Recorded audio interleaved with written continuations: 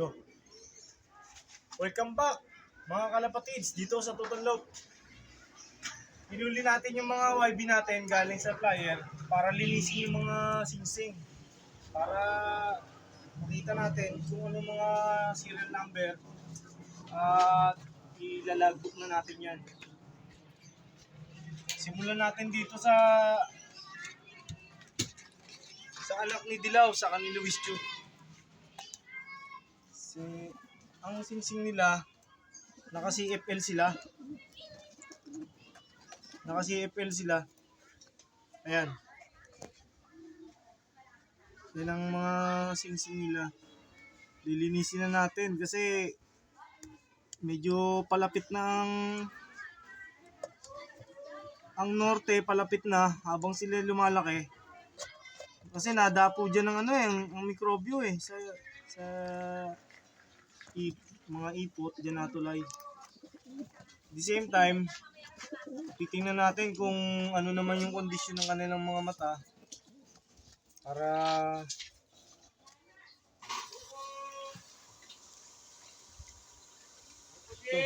maga ang mata niya, maga. Nakita nyo, meron siyang one eye. May one eye cold siya, kaya susubuan natin siyang gamot.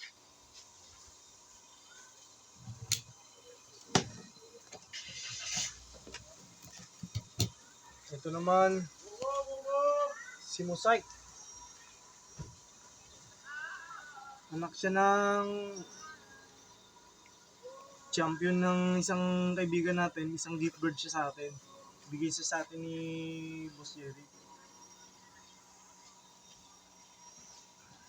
Ito siya, tinatanggal ko mga ipot nila para maging healthy looking pati sila.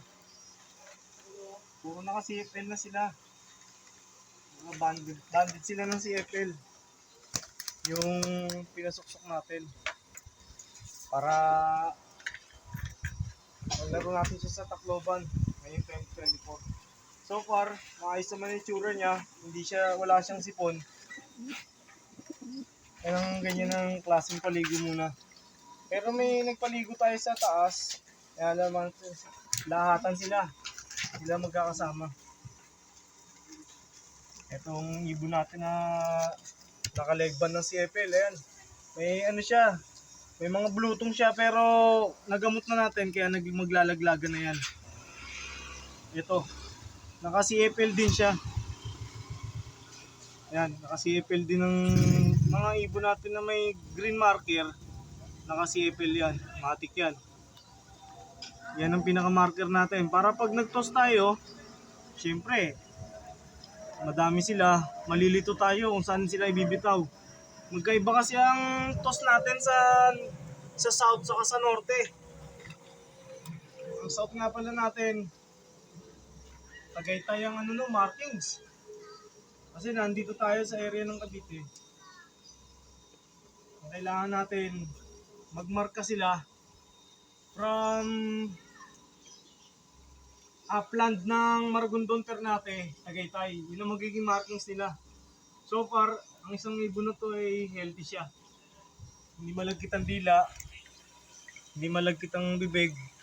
Meron lang siyang konting buluts. Ayan. Para ma-check natin. Sinabay ko na rin si Betadine. Sinabay ko na rin ang ligo. Para ma-check natin ang kondisyon niya. Isa siyang kak.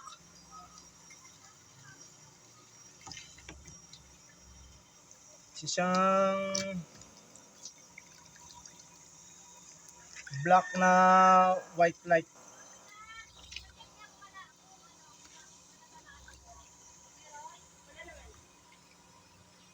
Siya, ayan.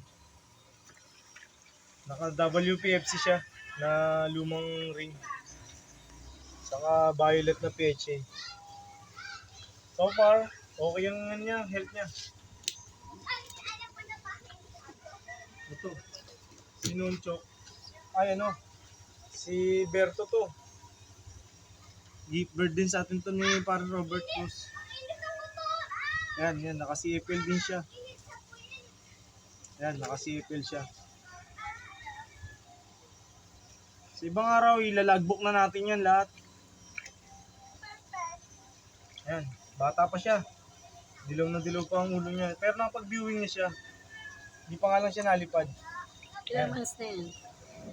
Puro, naglalaro to sa 2 buwan. 2 months. Meron to. Doon ko rin sila ibibilag. Ito, medyo matindi ang ito. May one eye siya, nagluluha siya. Sino yan? Gift bird siya, blue bar siya. Gift bird ni Boss Bernan. Naka-leg band din siya ng CFL. Yan. Ang marker natin, kulay green. Apple green para hindi sila... Pag nag-training tayo kasi ng norte, hindi sila kasama. Ibang ruta ng norte. MOA ang norte. Baclaran. Bulacan. Yan. Yan ang mga tossing yan.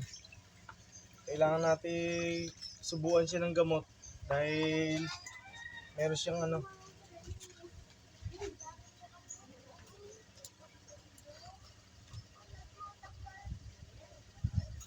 Magang mata niya.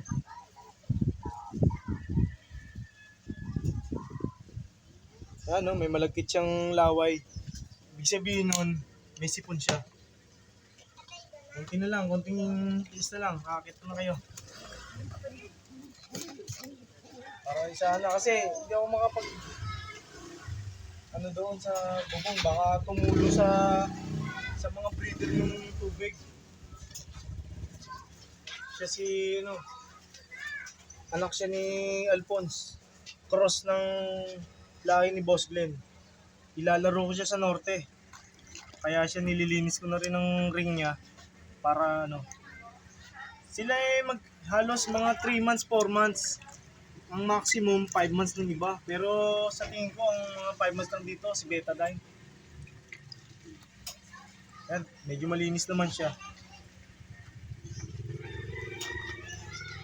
Ito nga pala si Black Diamond. Yung mabilis natin na ibon. Ayan o, ba't na yung singsing niya. 4 days na wala. Ito siyang nilaro ko sa San Pablo, kaya lang minalas na nagloko. Naglibot pa yata ng nagpunta pa yata ng South China Sea to. Punta ng Scarborough Shore. Wala siyang sign ng one eye cold, kaya hindi ko siya susubuan ng gamot. Paligo lang siya. Medium size siya ng ibon. Kung sa mga nangangarera, ano siya, fast bird. Ito naman, anak siya ni Jamba na isang Jansen. Saka si anak ng galing sa kaibigan natin, linya ni Boss Eddie. Meron siyang one eye cold. May one eye cold siya. Naka-ring na rin siya ng CFL. Naka-prepare na talaga ang mga ibon natin. Kailangan natin i-cure sila bago man lang magsimula ang karera. Alam na natin yung kondisyon nila. Hindi maiwasan ng pagkakaroon ng sipon ng mga ibon kasi sama-sama sila. Yung mga flyer natin galing sa ibang lugar, may dalang virus yan. External, saka internal. Yung external, syempre, nasa balahibo niya. Kasama niya sa truck yung mga ibon na hindi naman siguradong healthy na kinarga. Andiyan sila, malapit na silang ito. Siya naman, isa siyang Black Widow. Anak siya ni Goldie na na-acquire natin sa isang kaibigan din natin. Kailangan natin ng reinforcement. Kailangan natin talaga. Kasi medyo inalat tayo nung nakarang karera. Maganda sana ang record ng ibon. Kaya lang, tingnan natin kung anong sign dito ng sipon. So far, okay naman. Ito, naka-PHE oval siya. Oval na PHE. Papalaro natin to sa norte. Training natin siya sa ibang araw. Siguro after ng karera, After nila, yakit ko na sila doon sa taas. Magbibilad na sila. Ito naman, unang clutch ng ibon ni Boss Glenn at ng Luis Chu. Bata pa siya. Medyo ano pa ang boses niya. Tingnan natin ang sign kung mayroon siyang one eye. May one eye siya. Ang ring niya, ito pang norte to. Ang ring niya, ilalaro natin to sa norte. Ay CHP Summer. Pang norte siya. Ito. Tingnan natin mga sisig. Nilinis natin.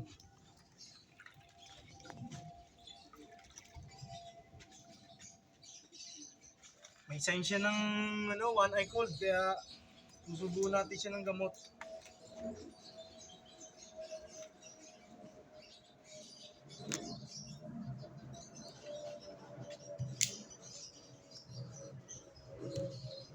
Ang i-apply natin gamot sa sipon, pantao. Maniwala kayo sa akin. Napakaganda. Nasa selection nyo kung anong gagamitin nyo. Ito, hindi ko na-introduce sa inyo ito. Maliguan siya. Si ano siya? Anak siya ni Alphonse at ni pangalawang clutch. Alphonse at ni Glenn. Ayan. Nagbagsakan na yung mga niya, wala siyang sign ng isa siyang white grizzle.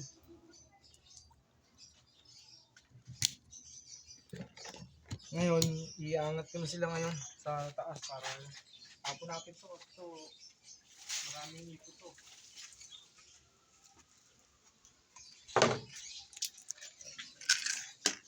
Pag nanginginig, ibigyan natin agad ng gamot sila.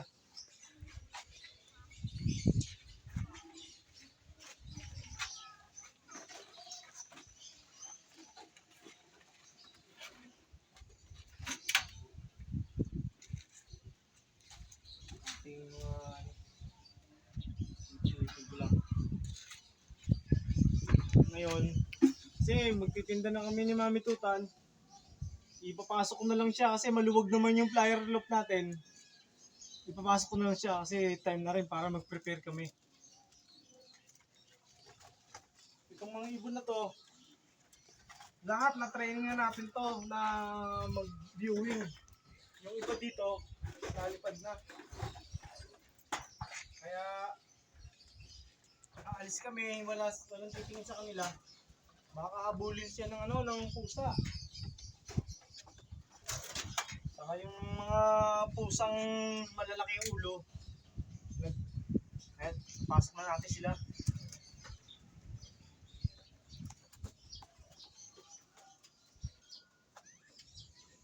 Dalawa, tatlo, apat, lima, anim,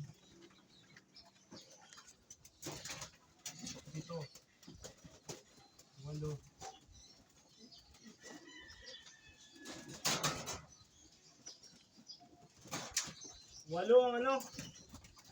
ang naka-legband ng CFL sa pinaliguan natin, sa ginamot natin. Bali meron pang dalawa na baby pa, dalawa pa na isusuksok. Dasara ko na muna.